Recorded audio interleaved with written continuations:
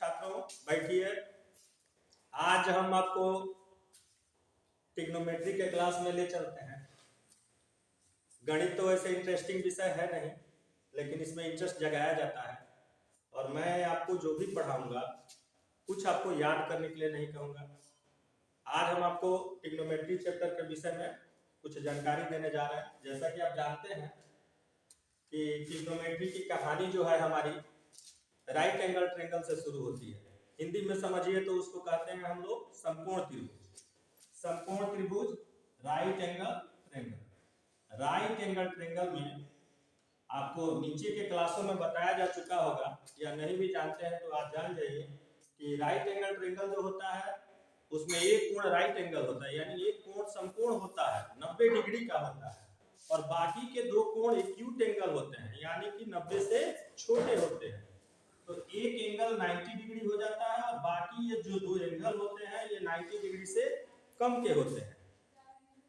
90 के ठीक सामने वाले साइड को हम लोग क्या कहते हैं, तो हाइपोटेनस कहते हैं, जिसको कि हम लोग H के मार्क से सूचित किया जाता है ट्रिग्नोमेट्री में। अच्छा, हमने चैप्टर का नाम नहीं लिखा है, आपको लिख देते हैं ट्रिग्नोमेट्री।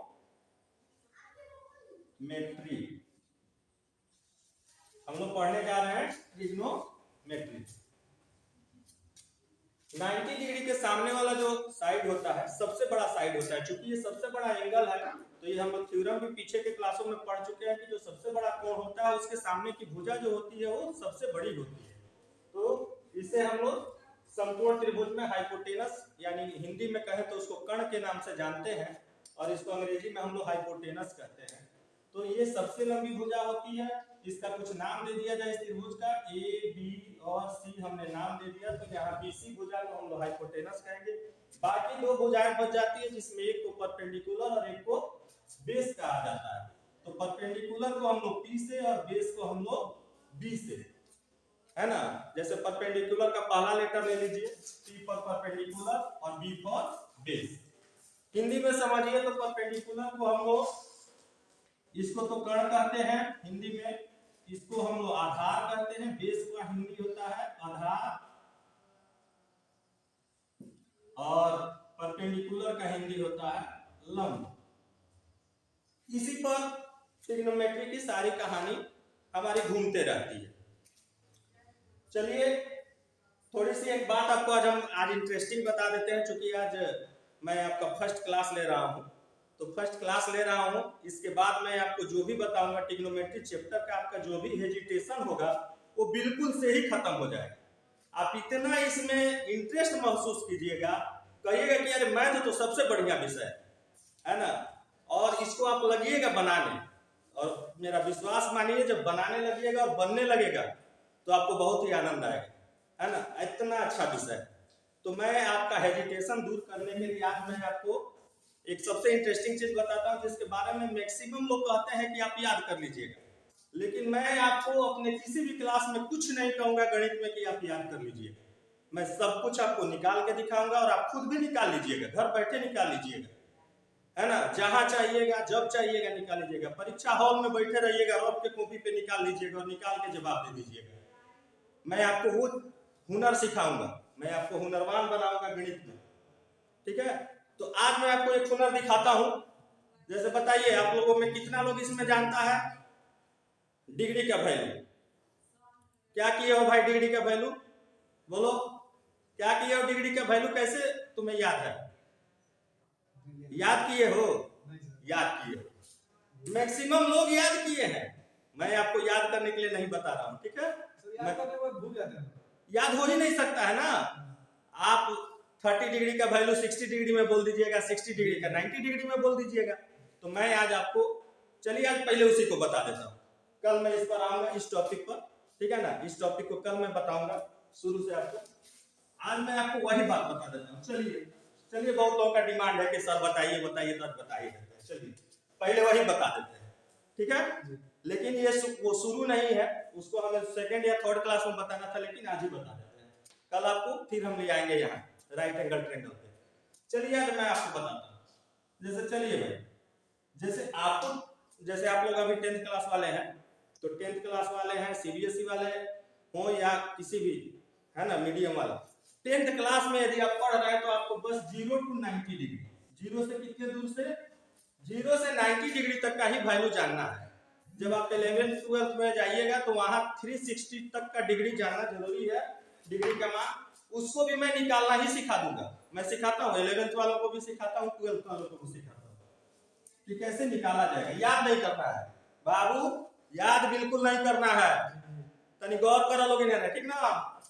देखिए 0 डिग्री, 30 डिग्री, 45 डिग्री, 60 डिग्री और 90 डिग्री।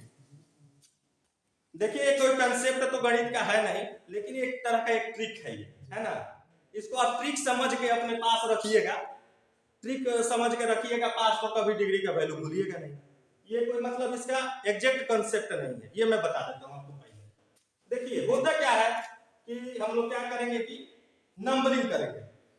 नंबरिंग, काउंटिंग नंबर तो जानते हो ना, कहां से शुरू होता है? 0 से नहीं ना शुरू होता है बाबू, काउंटिंग नंबर 1 से शुरू होता है। गिनती की संख्याओं को प्राकृत संख्या कहते हैं, काउंटिंग नंबर नहीं समझे हो? चलो 1 2 3 4 है ना 5, लेकिन हम लोग यहाँ 1 2 3 से नहीं चलेंगे, कहां से चलेंगे? Whole number. होल नंबर कहां से शुरू होता है? ले चला के पढ़ी तरह के पहला क्लास में। होल नंबर 0 0 1 2 3 4 है ना, ठीक है। नंबरिंग हो गया, कहां से शुरू करोगे? काउंटिंग नंबर से, काउंटिंग नंबर 1 से, होल नंबर 0 से, 0 से शुरू करेंगे, 0 से शुरू करेंगे, क्योंकि हमारे नंबर में सबसे छोटा नंबर क्या है? 0 ही है ना, तो 0 से ही चलेंगे। चलो उसके बाद हम लोग करते क्या है कि लास्ट नंबर हम लोग का क्या आया है? 4 आया है, लास्ट नंबर 4। उस 4 से हम सबको क्या करेंगे? Divide, divided by 4, all to all divided by 4। 4 से डिवाइड कर दिया, ओके कर सकते हो, इसमें कुछ याद नहीं करना है जी। चलिए अब इसको हम लोग क्या करेंगे? इस पर स्क्वायर रूट, स्क्वायर रूट सब पर क्या कर देंगे? Square root. अब 8वां क्लास में स्क्वायर रूट जरूर पढ़े होंगे, जो लोग नहीं पढ़े हैं भाई आज जान जाइए स्क्वायर रूट क्या होता है। तो वर्गमूल कहते हैं हिंदी में, एक जोड़ा संख्या अंदर आएगा ना तो एक बाहरी हो जाएगा, ठीक है, उसी को स्क्वायर रूट कहते हैं। चलिए अब भाई 0/4 क्या हो जाएगा जी? 0, रूट में 0, ठीक है। 0 में किसी डिजिट से भाग दोगे तो 0 ही हो जाएगा, तो रूट में 0 का मतलब क्या हुआ? 0, 0 ही हुआ। 1 का स्क्वायर रूट क्या होता है भाई? तो 1 होता है, और 4 का स्क्वायर रूट 2 होता है।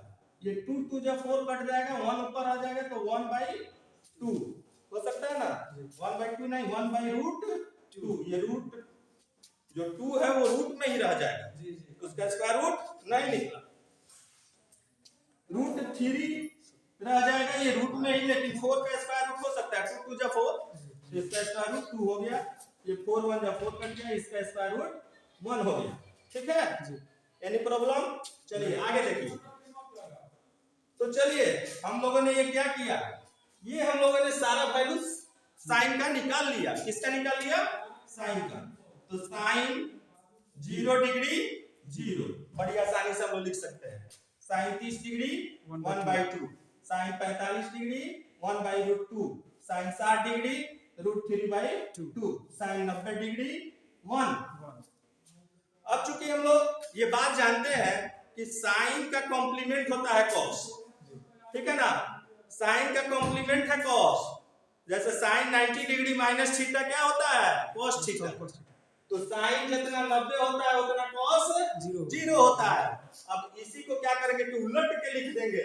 चलिए आइए यहाँ, तो जितना साइन 90 है उतना कॉस 0, जितना साइन 60 है उतना कॉस 30, जितना साइन 45 है उतना कॉस 45, और जितना क्या हो, जितना साइन 30 है उतना कॉस 60, ठीक है। और जितना साइन 0 है उतना कॉस 90 हो गया। हमने साइन और कॉस दोनों का लिख दिया। अब क्या बचा भाई? तो टैन। तो आ जाइए टैन पर। चूंकि एक फॉर्मूला मैं अभी आपको बताया नहीं, मैं बता चुका हूं कि आपके जबरदस्ती के चलते आज ये क्लास चल रहा है। ये टैन जो है, टैन थीटा बराबर साइन थीटा बटा कॉस थीटा, ये एक फॉर्मूला होता है, ठीक है ना। ये एक फॉर्मूला होता है, यानी साइन और tan में जब भाग दिया जाता है, साइन और cos में भाग दिया जाता है तो किसका वैल्यू निकलता है? tan का। तो इन दोनों को हम बट्टा करेंगे इजीली रूप से, ऐसे ऐसे ऐसे ऐसे, ये बट्टे कर दो। 0/1 0/1 क्या हो जाएगा भाई? 0। 1/2/√3/2, तो ये तो उलट जाएगा ना नीचे से, जब इसको ऊपर ले जाएंगे तो इसका नीचे का ऊपर, ऊपर का नीचे, तो 2/√3, 2 से 2 कैंसिल होगा, 1/√3 बच जाएगा। ये पूरा से पूरा कैंसिल होगा, 1 बच जाएगा। ये उल्टेगा तो सिर्फ √3 बच जाएगा। और ये 1/0, जब भी किसी डिजिट में हम लोग 0 से भाग देंगे तो क्या हो जाएगा? वो नहीं हो सकता है, उसको हम लोग डिफाइन नहीं कर सकते हैं, तो इसको हम लोग इंफिनिटी लिख देते हैं, ठीक है ना? नॉट डिफाइंड, ये डिफाइन नहीं किया जा सकता है, ठीक है? अब चलिए साइन cos tan। अब साइन का जस्ट उल्टा होता है cosec, ठीक है ना?